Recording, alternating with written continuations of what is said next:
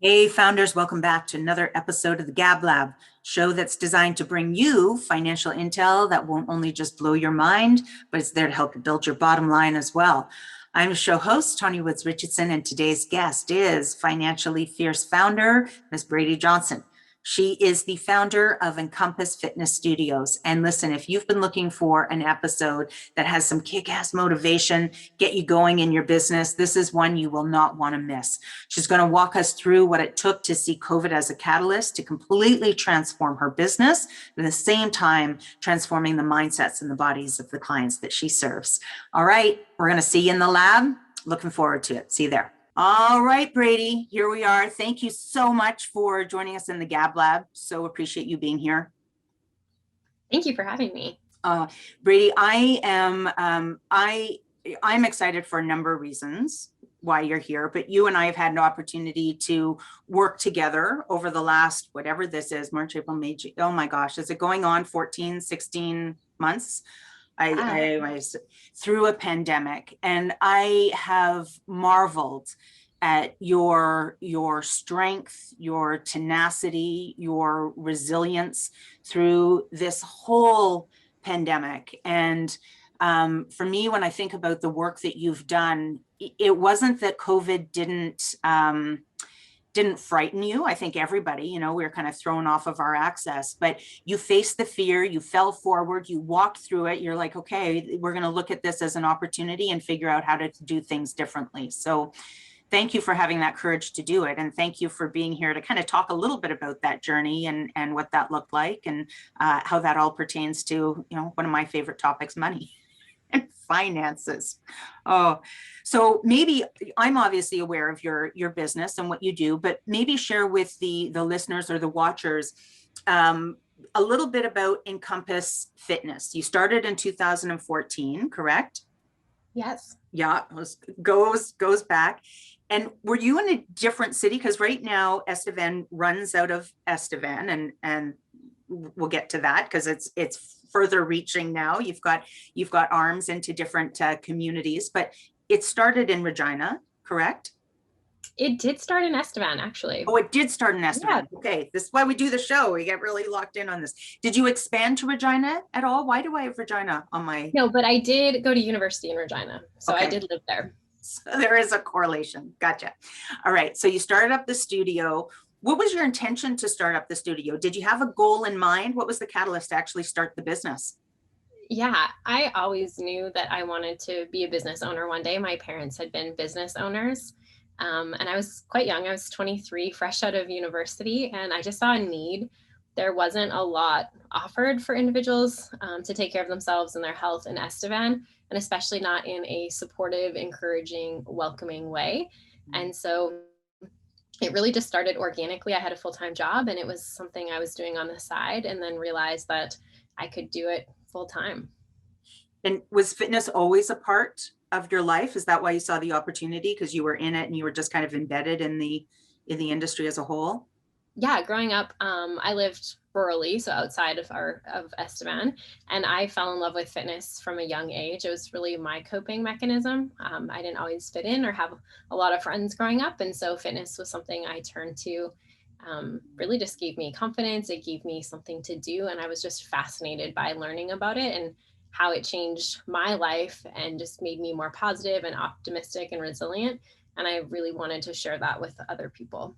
Oh, I love that. And I know you've expressed willingness today to talk a little bit about the correlation between fitness and finance and how a lot of people have resistance to both, and maybe some of the parallels between the two.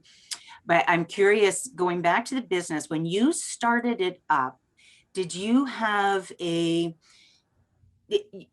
goal? I know you talked about the catalyst being seeing an opportunity to create a wellness program for people in the community, but did you have an end goal in mind with respect to the business itself, like what you actually wanted to build? I didn't. And I'm sort of atypical, but I did not have a business plan. I did not have a strategy. I just started it and built it as I went. When I first started teaching, I think I put it on Facebook that I was teaching a class in the park, and I just hoped that someone would show up. So it wasn't just me and like a boombox hanging out in the park. And I didn't charge for a very long time. And then we have winter in Saskatchewan. So we had to transition to indoors.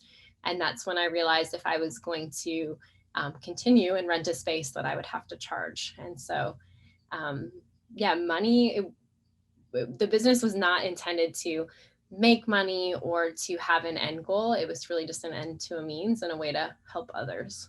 Oh, okay. There's a whole basket to unravel there that I want to dig into. But I know typically with Nail the Numbers, we don't get onto the behavioral side of finance, as much as I love to dig into that. But I am curious because you've kind of opened that door now on the money side of things. So, and just so you know, and for everybody watching, I don't think you're atypical. I think this is how most businesses start, right? It's like, I love doing what I do. I'm not going to put a formal plan in place because most entrepreneurs don't like formality and don't like the detail, right?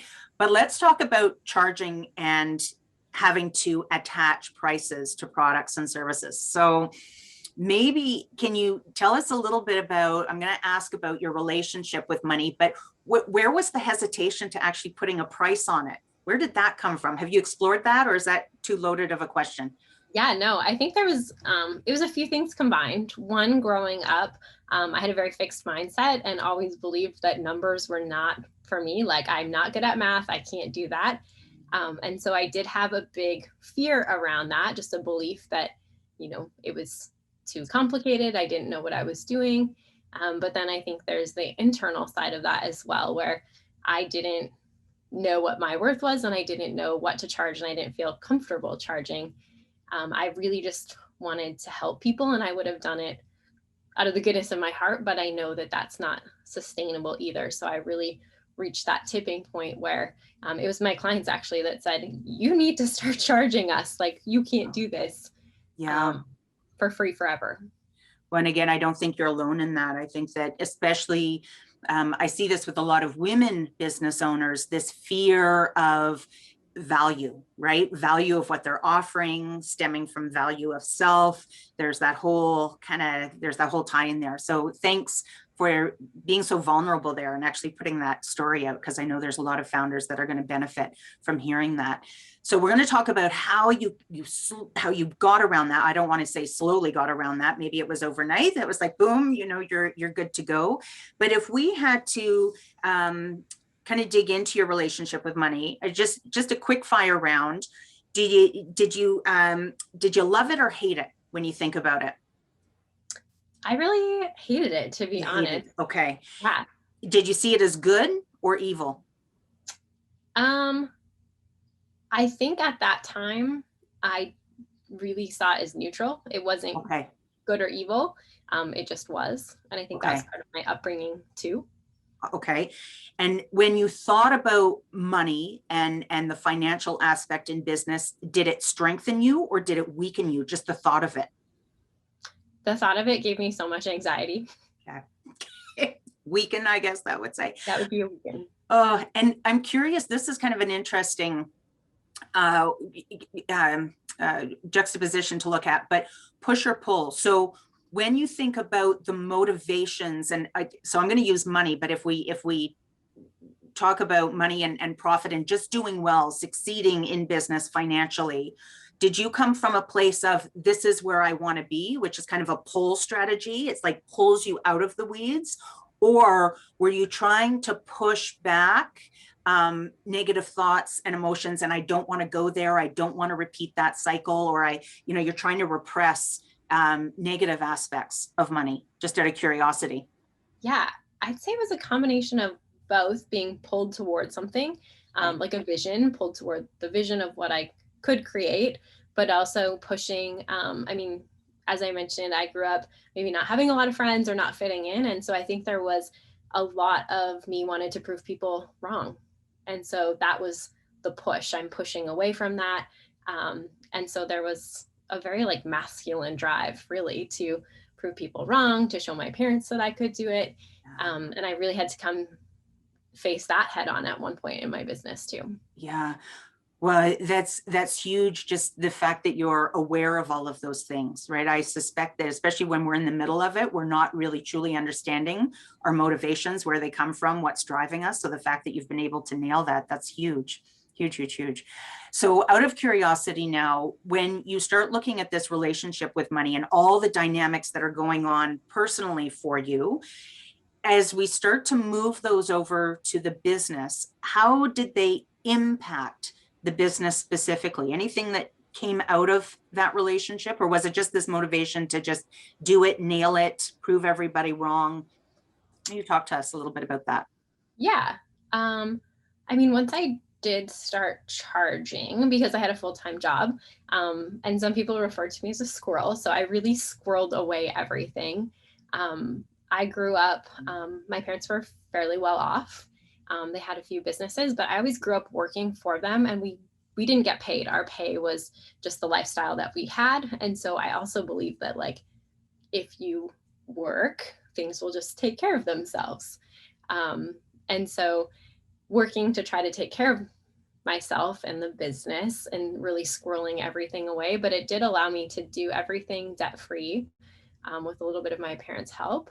And so, right from the beginning, building it ground up, not buying equipment until I had the money to pay cash for it.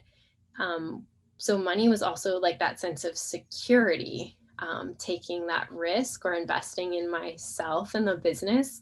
I wasn't comfortable with that. So I think there was a lot of that push of, I need to, I Mm. need to feel safe. I need to feel comfortable that I have the finances.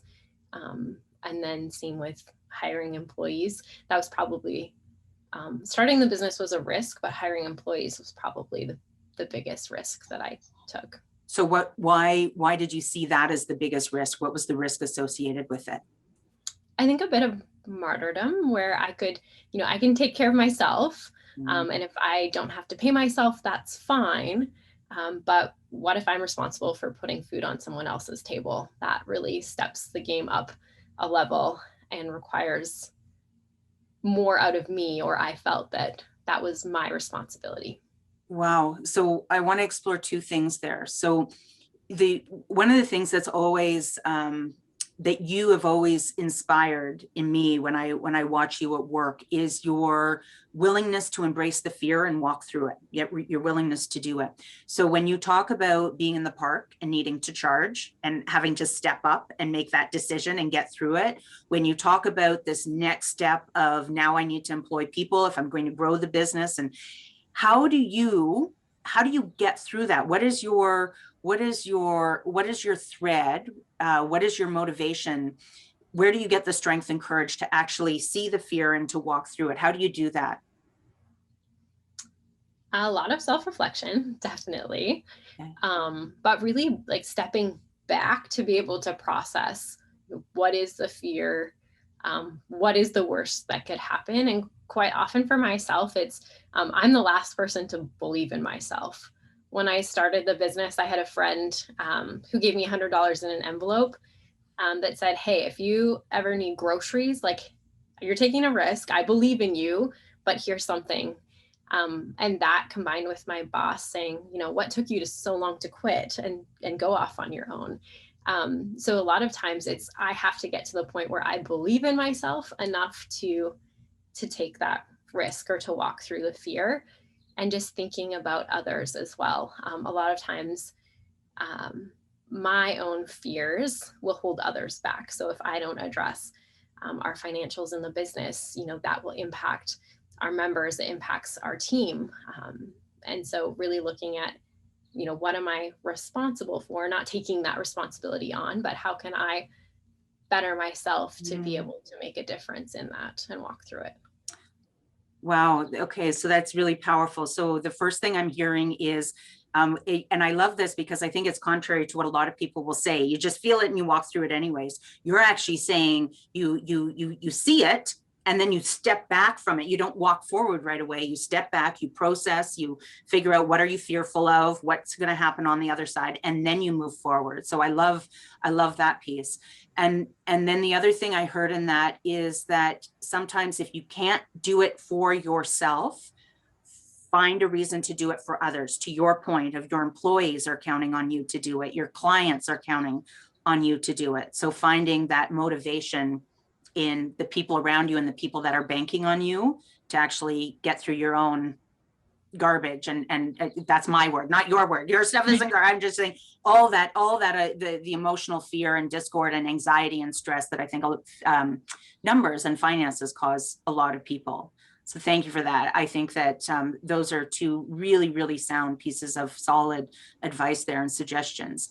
I'm also curious, when you talk about some of the assets, you talked about your early relationship with your parents, and then this need for security. And so not taking on debt, because debt then, I'm assuming, I'm going to put words in your mouth, but I'm thinking then debt to you means feeling insecure.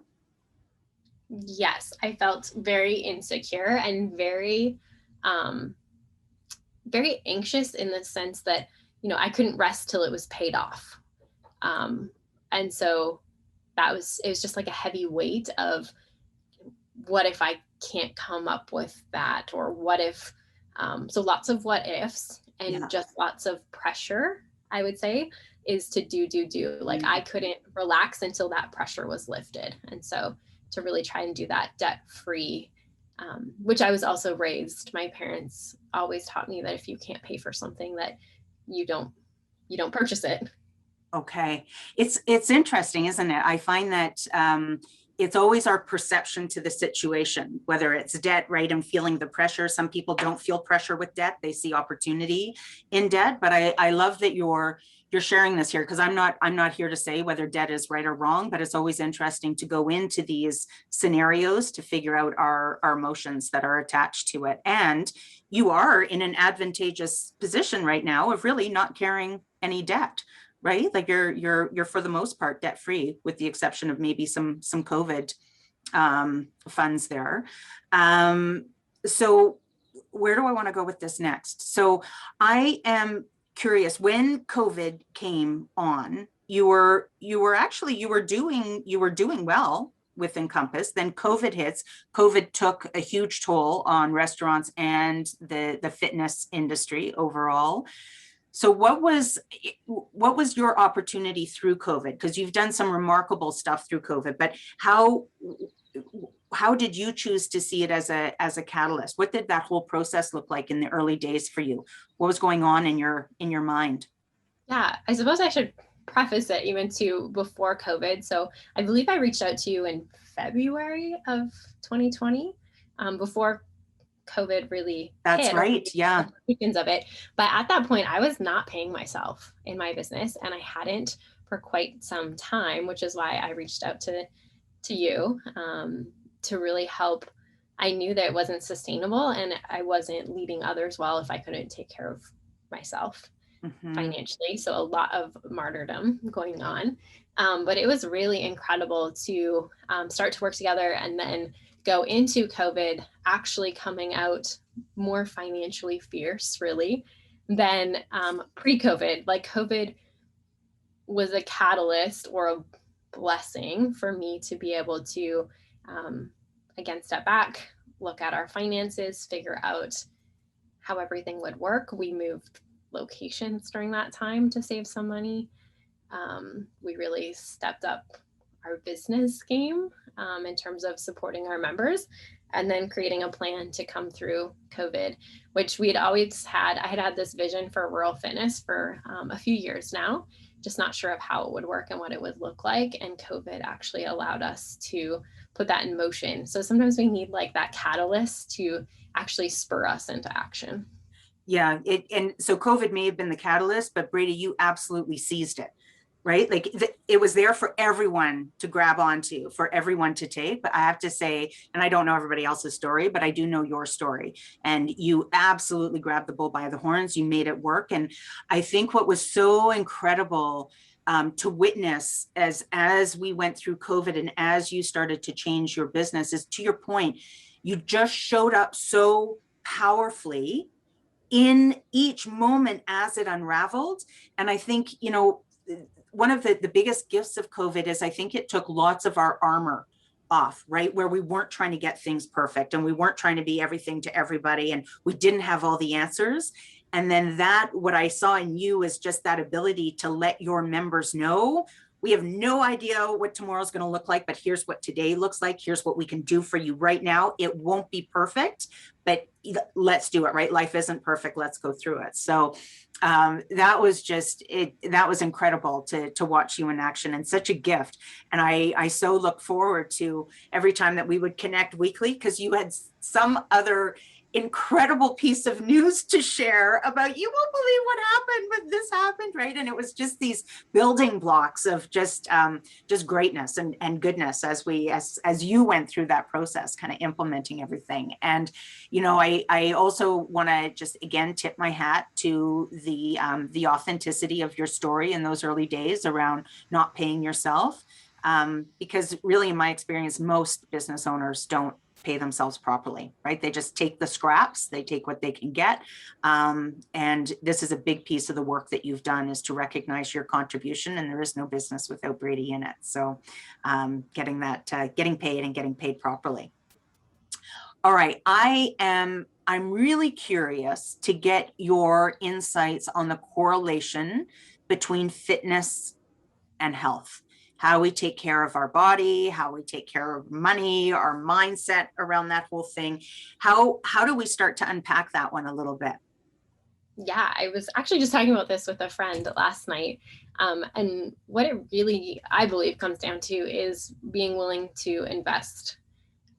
So whether it's your finances or whether that's in yourself, but I find a lot of times, I'll do a consultation with someone and they'll say, oh, I just, I can't afford it. Or, we'll hit something like COVID and their health is the first thing to go, but yet I'll see them purchasing a new vehicle. And so I do believe it comes down to your priorities, but also just that willingness to invest in ourselves.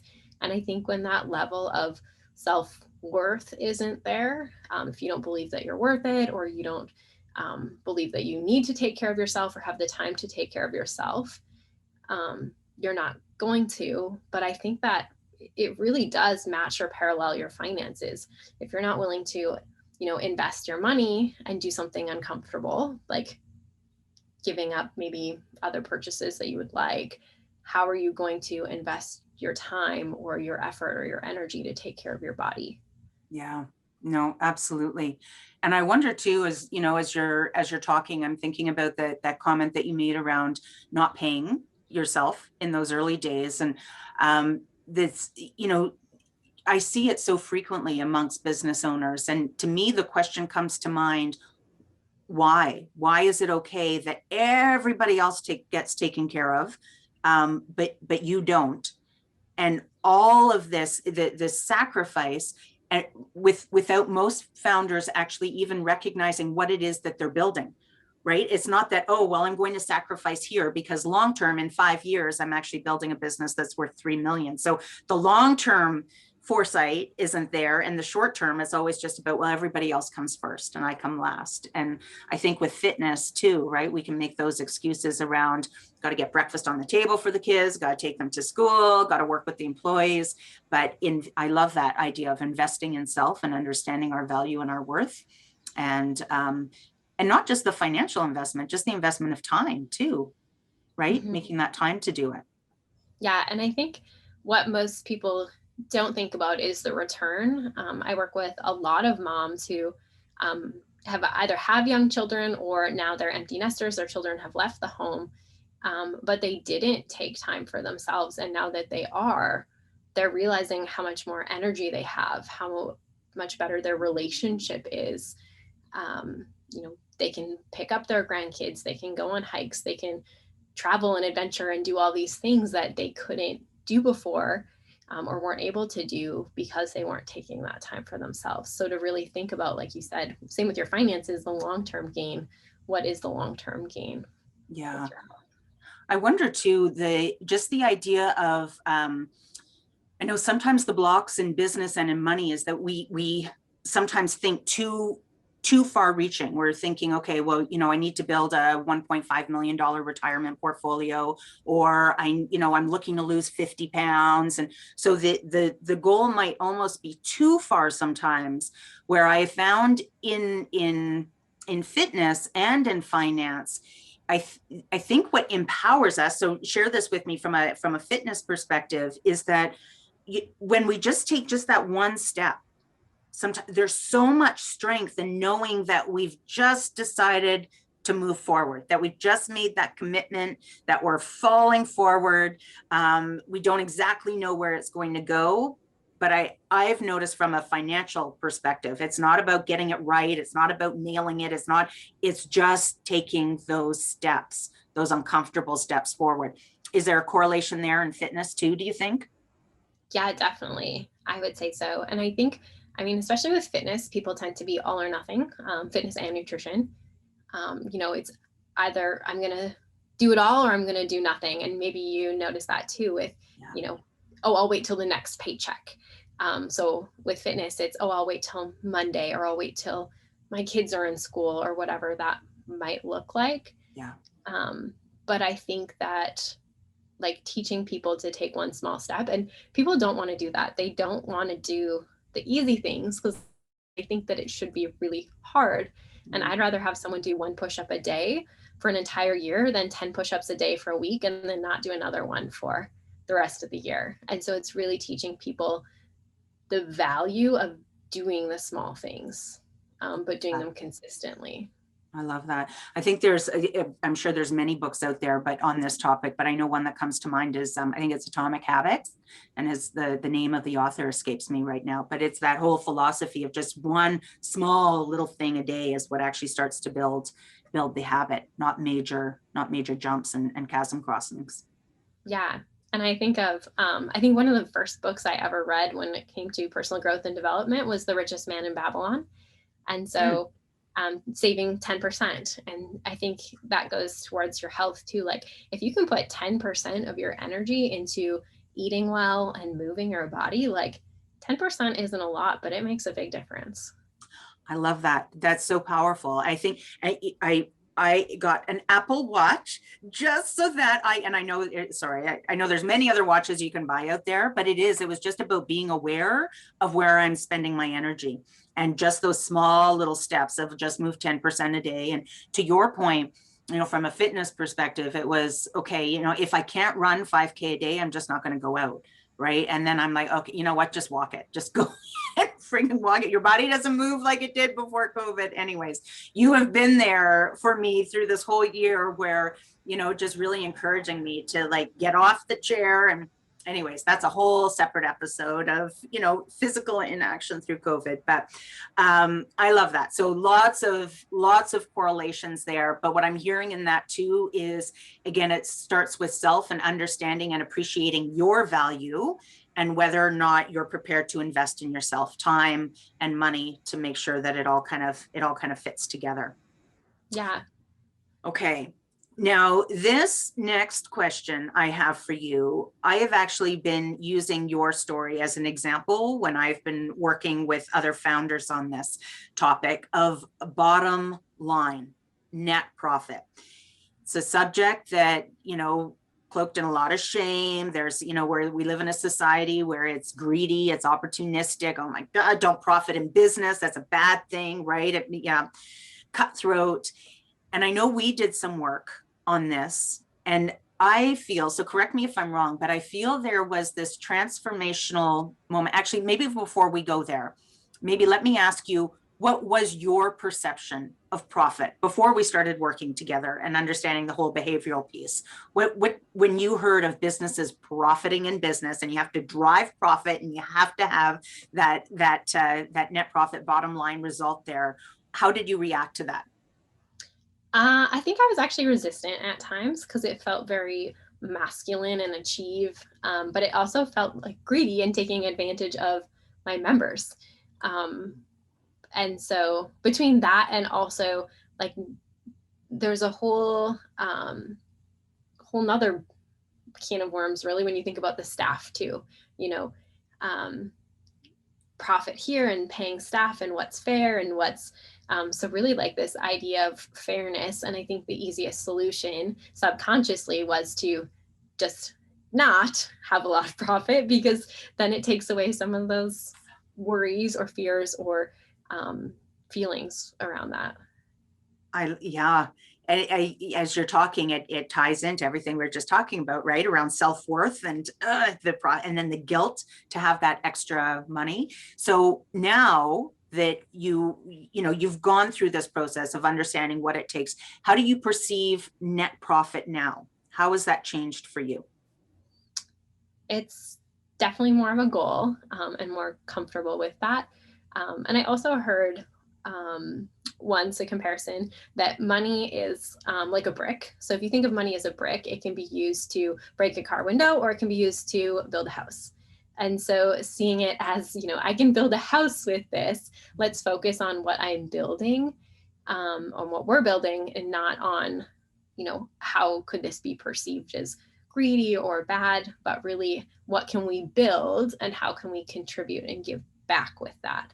And I've learned that I can't pay myself, I can't build my own future, and I can't build a future for our company or our community if I'm not focusing on net profit.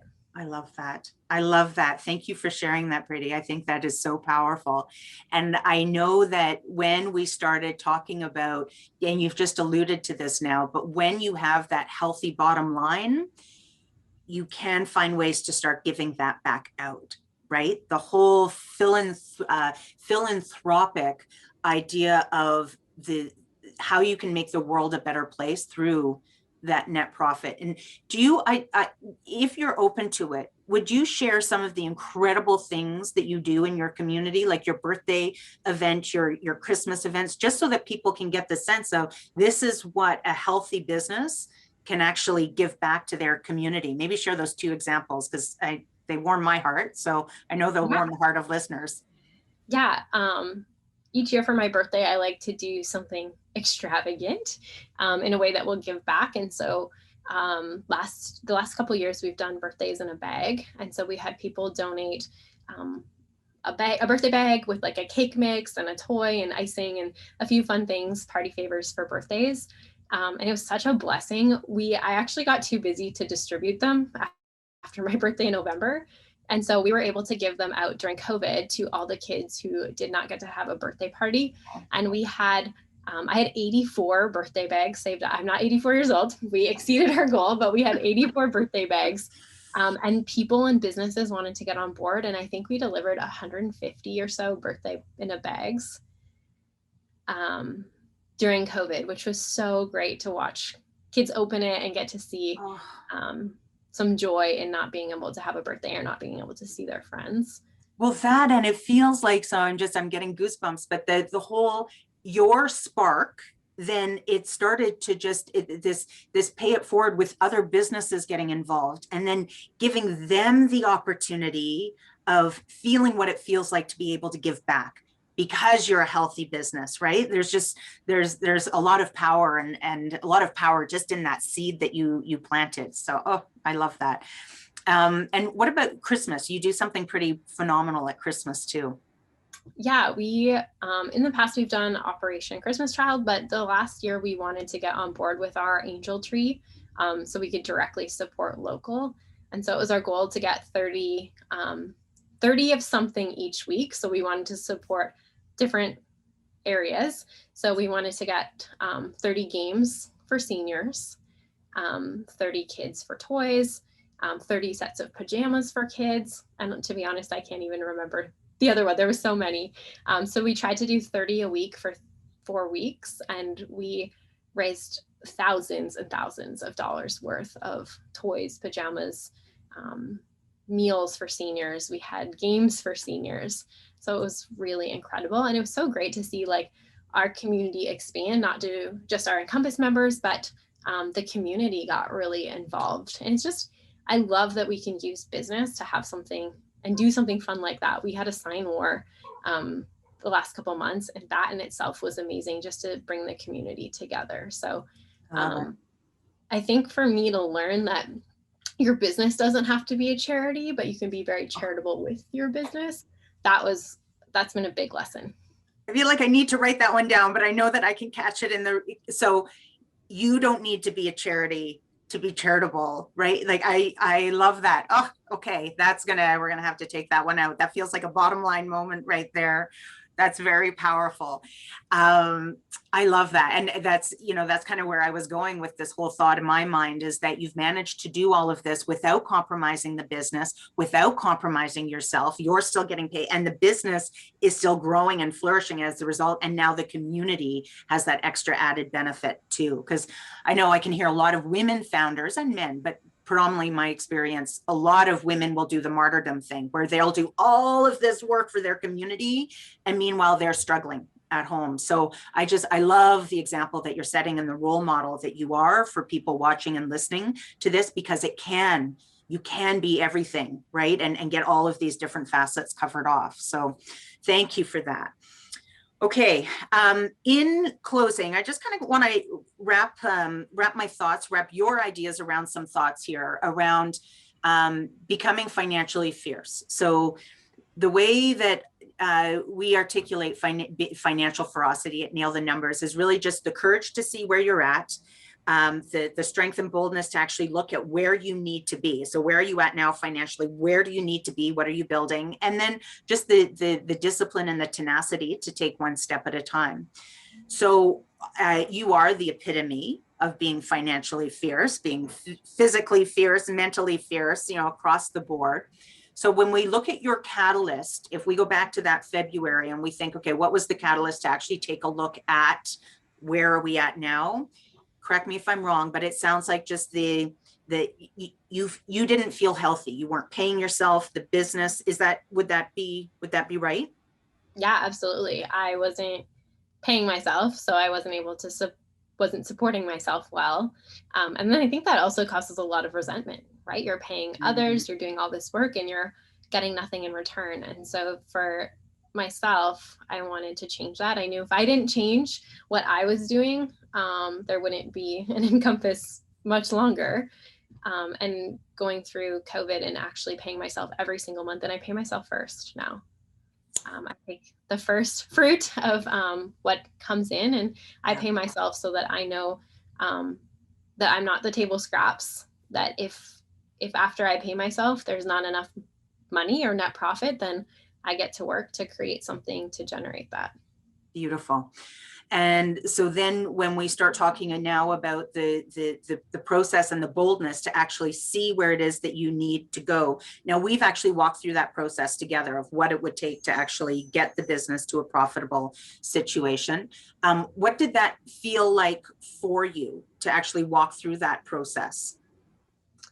It was very uncomfortable, especially coming from that fixed mindset of like, numbers in themselves make me uncomfortable. So having to face my numbers, having to look at maybe how I had got to that situation, which, I mean, again, I think it correlates to fitness. So many times women try to hate themselves healthy. And so they hate where they got to. I hate that my body looks like this, or that I had 3 kids and this is where I am. But I think we have to accept where you're at in order to move forwards. And so if you don't ever know those numbers, how can you accept that you got there and then just build your way out of that?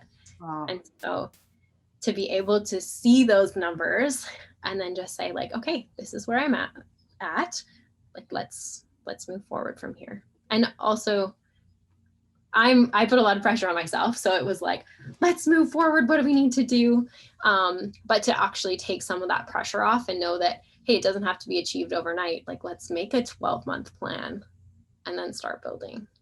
Okay. And so that walks us right into the third aspect, which is something that I've always admired about you, is your perpetual motion. So if the third one is now you take the first step and you just continue to take steps forward, doesn't matter if you make a mistake, you fall down, you brush yourself off, you learn from it.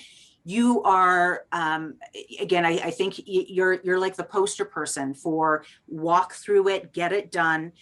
Do you feel that is something that can be learned, or is that just innate to you, that ability to really walk through that fear because you've done it over and over and over again, to walk through it and to get through on the other side? And So I guess maybe that's the first question. Can we learn it, or do you think it's just you're born with it? I think we can learn it, most definitely. Just like a growth mindset, we can learn anything if we're willing to. I do think I have maybe a bit of that naturally within me. And I don't know, part of that might even be from, like I said, the fitness at a young age, building that perseverance and that optimism. But I am also an Enneagram 3, which is the achiever. And so that is part of my innate action, I guess, is to achieve, to do the next thing, to get it done. Okay, and you've given us lots of tips in terms of how you approach this. I'm looking to just kind of summarize here in the end, and so my mind is going back to all of the advice that you've just shared with us. But for those people that aren't the overachievers, that are sitting there, that, you know, let's just say they have the courage to see where they're at, they now have a plan on where they need to be, and now they're just sitting there in that spot of, I have to take the first step. You've shared with us, you know, maybe break it down, maybe make the goal a little bit smaller. Any closing advice on just taking that next step, putting that foot out and just walking through it? Yeah, I think it's really becoming comfortable with your fear. Like allowing that fear not to rule over you, but to get to know it a little bit. It's almost like you're gonna date your fear. You're going to create a relationship with it, because then, I don't want to say that you're in control of your fear, but you're not afraid of it. And whether that fear, like for me, was numbers, I still had to force myself for a very long time to look at my numbers and to also be objective and not subjective. Like, what does this mean if my numbers are bad? Right. Where did I go wrong? But to really just become comfortable with that. I recently just got a math app on my phone so that I can play math games, because going back to my childhood, minute math gave me so much anxiety, and it was, again, all about those numbers. So if I can become friends with my fears and my numbers, then it's just a friendship, and you're going to have ups and downs and maybe little arguments, but I guess that'd be my biggest advice, is just become friends with your fears. Love it. Love it. What a powerful way to end this interview. I think that's brilliant, and we're definitely going to share that one around. So thank you, Brady. Become friends with your fear. I love it. Yeah, it takes all the edge off of it, doesn't it? All right, Brady. Well, thank you so much. Thank you for being you. Thank you for being as financially fierce as you are, as physically fierce as you are. There's a shot that I saw of you that I think just really epitomizes everything that you are at your core. You're standing there. I think you've got a sledgehammer or something, and you're just ready to rip into it. And I love that, because I feel like that's how you probably take on every day. Right? It's just let's do it. Let's go for it. And make friends with the fear, make friends with the sledgehammer. All right, Brady, thank you so much for being here. A big shout out to our episode champions, Community Future Sunrise. They're right there in your neighborhood there, Brady. Round the corner, they're there to help entrepreneurs not only build the business plan, but there to help them nail the numbers as well. Thank you for tuning in, and look forward to seeing you in the next episode of the Gab Lab.